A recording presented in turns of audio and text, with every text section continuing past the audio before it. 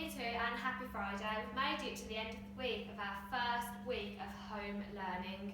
I'm really proud of those of you that have handed work to me on the Google Classroom, so well done. So today we're following on from yesterday, so we don't need to write the date and the title again, because if we were at school, if we're just following on, we wouldn't write that again anyway. So we're still focusing on our emotional literacy, and we're still looking at our story of Herman's letter and all the different feelings that he may have felt when his best friend moved away. So today we're moving on to our further extension, so we're moving on through our mastery flow model. And today we're linking it to our knowledge of fairy tales, because before Christmas we looked at fairy tales, so I thought it was the best thing to do to link it to that. So today we need to imagine that you are Cinderella. So close your eyes and imagine that you are Cinderella. And you need to tell me how you were feeling in this picture and why. So open up your eyes and have a look at Cinderella's face. Hopefully you can see that quite clearly. If not, I have uploaded this sticker onto the Google Classroom for you to take a closer look at. So let's have a think together. How do you think she could have been feeling? Let's just brainstorm lots of different feelings that she could be feeling right now. So she's in her rags, she's on the floor, she's got her cloth and she's cleaning the floor. Maybe her ugly stepsisters have already gone to the ball. So how do we think she might have been feeling? Pause this video and discuss how she would have been feeling with your adult at home. So let's start writing some feelings that she may have been feeling. So she may have been feeling sad. I'm just going to write them on the board because I don't actually want to do the whole answer for you. Please excuse my writing on this board, it's really hard to write on here. So she might have been feeling sad. She might have been feeling a little bit jealous. Maybe she wanted to go to the ball. Well, we know she wanted to go to the ball, don't we? So she might have been feeling a little bit jealous that her ugly stepsisters were getting ready for the ball and she wasn't.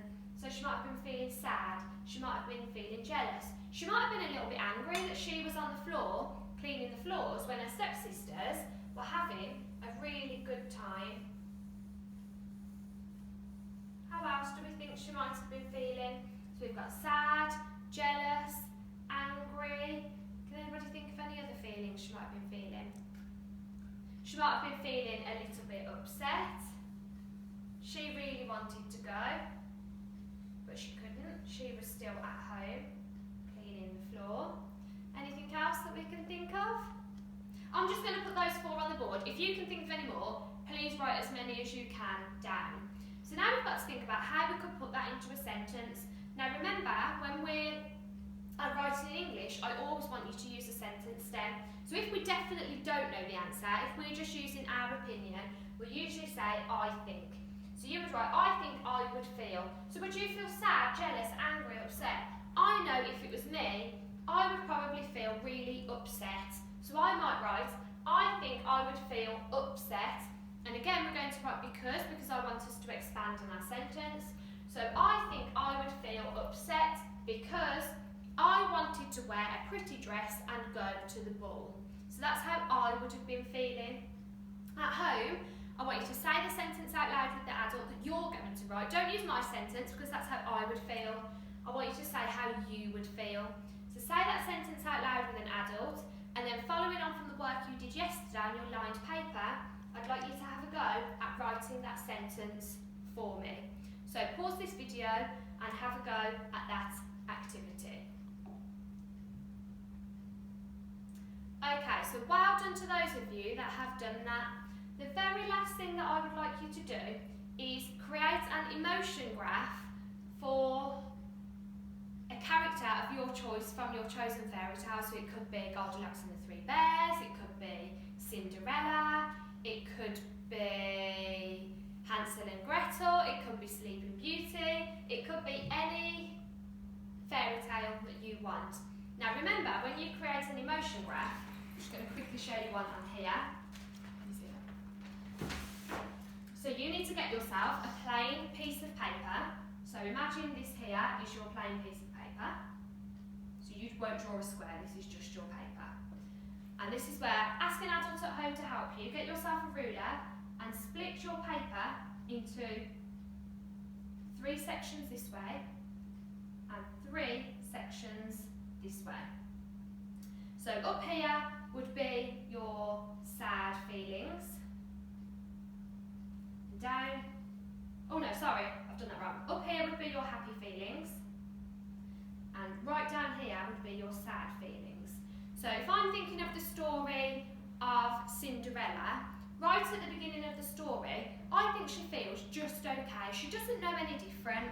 There is no ball right at the beginning of the story. She always has to do the housework.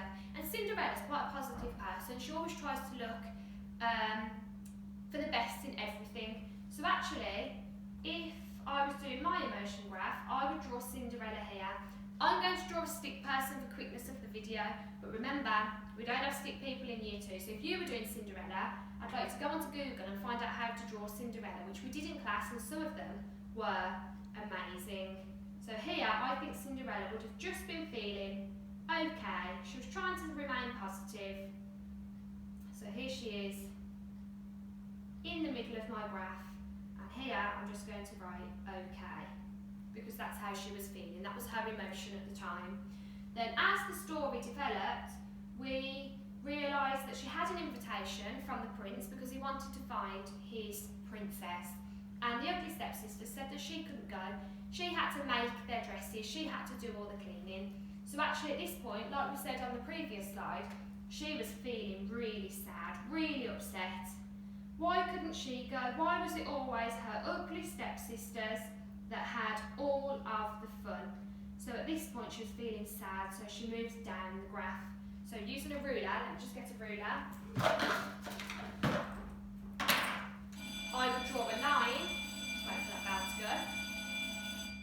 I would draw a line from this box to this box, and to begin with, I'll draw a line here to show where it started. So you can see already her mood has gone from the middle and it's gone down, and here I'm going to write upset because that's how she was feeling. Then all of a sudden her fairy godmother comes along and she tells Cinderella that she is going to the ball, she is going to get her there, she'll turn the pumpkin into a carriage, she'll turn her rags into a pretty dress, and at this point Cinderella is feeling ecstatic. She's so happy and excited. She's finally leaving the house, she finally doesn't have to do all of the cleaning. So at the end of the story, Cinderella is so happy. She's at the ball, and actually the prince chooses her to be his wife because the glass slipper fit. So at the end, Cinderella is very happy, she's excited. So I would draw a line from upset to happy, and then from happy coming off my graph. So you can see her emotions go down, but then they go right up at the end. So I would like you to choose your own fairy tale. You can use Cinderella if you want to, but try and choose a different one if you can, because if you choose Cinderella, you're just going to end up copying mine. Maybe choose Hansel and Gretel. We looked at Hansel and Gretel before Christmas. We looked at the Elves and the Shoemaker. We looked at Sleeping Beauty, and we looked at Little Red Riding Hood. So maybe have a go at one of those ones. So once you've had a go at all of this, ask an adult at home to take a picture and post it on the Google Classroom. And I can't wait to see your pictures because I know they're going to be so much better than mine. So enjoy your activities.